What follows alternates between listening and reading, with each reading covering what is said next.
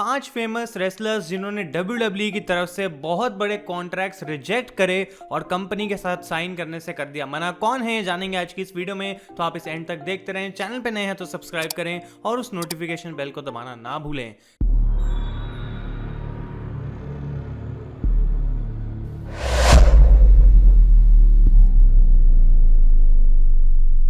तो गाइस कैसे हैं आप लोग, मैं हूं आयुष और आप देख रहे हैं रेसल इंडिया। और हम जानते हैं कि WWE undoubtedly world professional wrestling की नंबर 1 कंपनी है और एक ऐसी कंपनी है जो अपने सारे ही टैलेंट्स को काफी अच्छे पैसों वाले कॉन्ट्रैक्ट्स ऑफर कर सकती है। और साल 2020 में सिचुएशन ऐसी हो चुकी है कि WWE सारे ही सुपरस्टार्स को अच्छे इनकम वाले कॉन्ट्रैक्ट्स देती है क्योंकि वो नहीं चाहते कि वो अपने राइवल प्रमोशंस के साथ जाके साइन कर लें। लेकिन इस चीज के बावजूद भी कुछ सुपरस्टार्स ऐसे होते हैं जिनके लिए पैसा नंबर 1 प्रायोरिटी नहीं होती क्योंकि उनका रेसलिंग करियर उनके लिए ज्यादा इंपॉर्टेंट होता है और इस वजह से WWE के वो बड़े अच्छे कॉन्ट्रैक्ट्स भी रिजेक्ट कर देते हैं और कंपनी के साथ साइन नहीं करते। नंबर 5 पे आता है गाइस नाम dean Ambrose, the current all elite wrestling champion John Moxley का। अब डीन एम्ब्रोस का कॉन्ट्रैक्ट जो है WWE के साथ एक्सपायर हो गया था 30 अप्रैल 2019 को और एम्ब्रोस की जो आखिरी के समय की कुछ बुकिंग थी वो कुछ खास नहीं थी और WWE ने लास्ट के 2 जो उनके मैचेस थे उन पे जितना पैसा कमा सकती थी कमाने की कोशिश करी, जिनमें से एक था डीन एम्ब्रोसिस फाइनल WWE मैच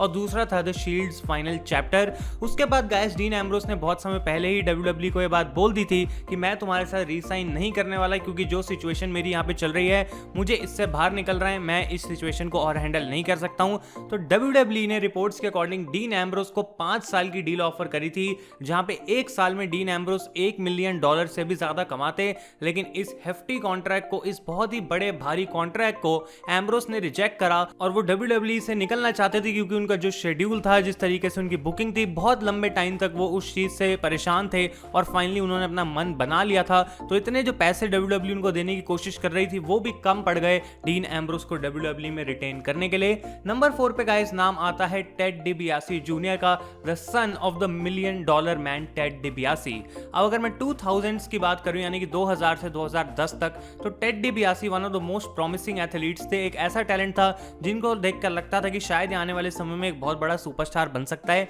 उनके करियर की जो सबसे बड़ी हाईलाइट थी गाइस वो था उनका स्टेबल द लेगेसी, जो था कोडी रोड्स और रैंडी ऑर्टन के साथ। इस स्टेबल में वो कोडी के साथ 2 बार वर्ल्ड टैग टीम टाइटल्स भी जीते थे और लेगेसी के टूटने के बाद इन तीनों ही मेंबर्स में एक ट्रिपल थ्रेट मैच हुआ था एट रेसलमेनिया 36 जो कि प्रोबेबली टेड डिबियासी जूनियर के करियर की सबसे ज्यादा पीक थी और उस समय पे ऐसा लग रहा था कि WWE इनको पुश कर रही है। अब रेसलमेनिया 26 के बाद भी 3 साल तक टेड डिबियासी जूनियर WWE के अंदर थे लेकिन कभी भी उनको फिर से ऐसी कोई स्टोरी लाइन नहीं दी गई, कुछ ऐसा काम नहीं दिया गया जहां पे वो वैल्यूएबल लगे या फिर क्राउड उनको बैकअप करे। और इस वजह से गाइस जब 2013 में WWE का उनका कॉन्ट्रैक्ट खत्म हुआ तो उन्होंने डिसाइड करा कि वो कंपनी छोड़कर जाने वाले हैं और वो कॉन्सेंट्रेट करना चाहते थे अपनी फैमिली के ऊपर और चैरिटेबल वर्क के ऊपर जो वो करते थे। और उन्होंने रिवील करा था कि जबकि WWE ने उनको 5 साल का एक बहुत बड़ा कॉन्ट्रैक्ट ऑफर करा था, उस समय पे उनको अपना फ्यूचर नहीं दिख रहा था WWE के अंदर और वो चाहते थे कि बाकी चीजें हैं उस पर वो फोकस करें। और अब उन्होंने बोला कि ये जो मेरा डिसीजन है बिल्कुल सही था उस समय पे और मैं परफेक्ट टाइम पर WWE छोड़कर चला गया।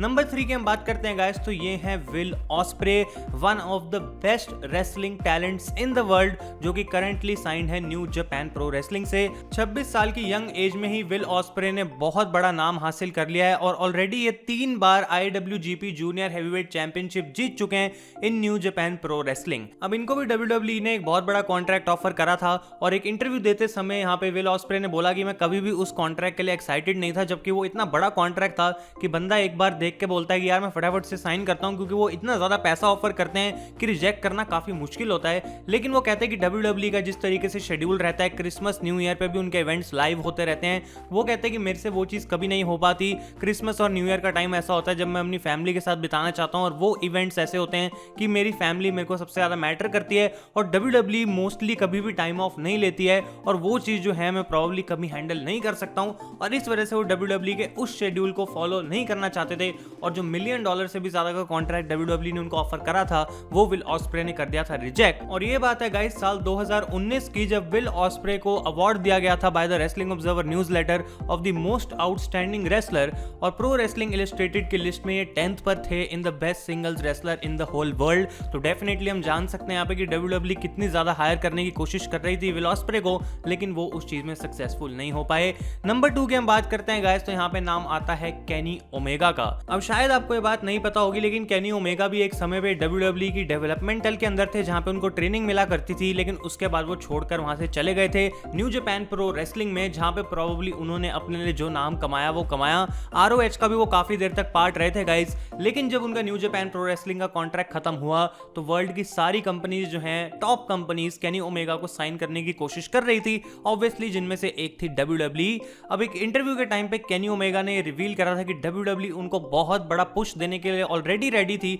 और ऐसा नहीं था कि केनी ओमेगा NXT में जाते फिर मेन रोस्टर में आते, उनको डायरेक्ट मेन रोस्टर में बुलाने की बात करी जा रही थी और सीधा रेसलमेनिया में एक बड़ा मैच ऑफर करा जा रहा था, और पैसे ऑफ कोर्स WWE ने बहुत ज्यादा ऑफर करे थे। लेकिन केनी ओमेगा ने ये बात बोली कि मैं कभी भी अंदर से पूरा सेटिस्फाइड नहीं हो रहा था कि मेरे को WWE में जाना चाहिए, और उसका मेन रीजन ये है कि उन्होंने जो बाकी लोगों से चीजें सुनी है WWE के बारे में कि जब कॉन्ट्रैक्ट ऑफर किया जाता है तो अलग चीजें बोली जाती हैं, कुछ अलग प्रोमिसेस करी जाती हैं, लेकिन जब एक्चुअली में बंदा साइन कर लेता है और उसको कुछ टाइम हो जाता है रोस्टर में, उसके बाद उनके प्लान्स कब चेंज हो जाएं, कैसे चेंज हो जाएं, उसको कैसे यूटिलाइज करा जाता है वो किसी को नहीं पता होता। और इसी वजह से बहुत सारे सुपरस्टार्स इस कंपनी में आके फंस जाते हैं, क्योंकि उनको स्टार्टिंग में लगता है कि मैं बहुत प्रॉमिसिंग होऊंगा और यहाँ पे मुझे सब कुछ मिलेगा, लेकिन उनको कुछ समय बाद कुछ नहीं मिलता और फिर वो WWE छोड़कर जाने की बातें कर रहे होते हैं। तो केनी ओमेगा ने WWE की तरफ से एक बहुत ही बड़ा कॉन्ट्रैक्ट जो है उसको रिजेक्ट करा, और उन्होंने फाइनली चूज करा ऑल एलीट रेसलिंग को, जहां पे वो ना ही सिर्फ एक रेसलर की फॉर्म में है बल्कि एक एग्जीक्यूटिव वाइस प्रेसिडेंट है। एक ऐसा रोल है उनका जो कि कभी भी जिंदगी में उनको WWE में नहीं मिलता, और वो चीज शायद उनको इतनी अच्छी लगी कि उन्होंने 2 बार भी नहीं सोचा होगा WWE को रिजेक्ट करने से पहले। और गाइस लिस्ट में फिर फाइनल नाम आता है जो कि बहुत कंट्रोवर्शियल था, वो है द रिवाइवल का। Farmer NXT tag team champions ने अपना मेन रोस्टर पे डेब्यू करा था साल 2017 में, जहां पे उन्होंने एक सरप्राइज विक्ट्री हासिल करी थी न्यू डे के साथ। और जबकि ये बहुत बार टैग टीम चैंपियन बने मेन रोस्टर पे, WWE ने इनकी टाइटल रेंज को कभी उतना कमाल का दिखाया ही नहीं, इनको ज्यादा पुश मिला ही नहीं, और छोटी छोटी रेंज के बाद ये टाइटल हारे जा रहे थे और फिर बिल्कुल जॉबर्स की तरह इनसे जो है काम कराया जा रहा था। और इस वजह से अप्रैल 2020 यानी कि 1-2 हफ्ते पहले ही WWE ने द रिवाइवल को रिलीज कर दिया, और अब वो फ्री टू साइन है विद एनी अदर कंपनी। अब ऐसा नहीं था कि WWE चाहती थी कि द रिवाइवल उनकी कंपनी छोड़कर चले जाएं, उनको पता है कि रिवाइवल बहुत अच्छी टैग टीम है, और उन्होंने डैश वाइल्डर और स्कॉट डॉसन को $5 lakh per year each contract offer करा था 5 सालों के लिए। तो ये बहुत बड़ा कॉन्ट्रैक्ट है उन लोगों के लिए, लेकिन उस चीज को भी रिजेक्ट कर दिया द रिवाइवल ने, क्योंकि वो जानते थे कि अगर उन्होंने इसको साइन करा तो 5 सालों तक वो WWE में पड़े रहेंगे, और वही चीज उनके साथ होगी जो तब से होती आ रही है। तो ये प्रोबेबली उनका एक स्मार्ट डिसीजन था, क्योंकि मुझे लगता है अब जब भी वो जहां पर भी जाएंगे उस कंपनी में शायद वो थोड़े कम पैसे बनाएंगे, लेकिन उनकी रेपुटेशन जो होगी, जिस तरीके से उनकी बुकिंग की जाएगी, वो बहुत अच्छी होने वाली है एज कम्पेयर टू WWE। तो गाइस ये थे 5 नाम, और भी ऐसे बहुत सारे नाम होंगे जो कि प्रोबेबली इस लिस्ट में मैंने नहीं डाले हैं। तो आप लोग मुझे वो कॉमेंट्स में जरूर बताएं। अगर आपको ये वीडियो इन्फॉर्मेटिव लगी है और कुछ नया आपको जानने को मिला है तो डेफिनेटली इसको लाइक करें। Thank you so much for watching. मैं हूं आयुष और आप देख रहे हैं रेसल इंडिया।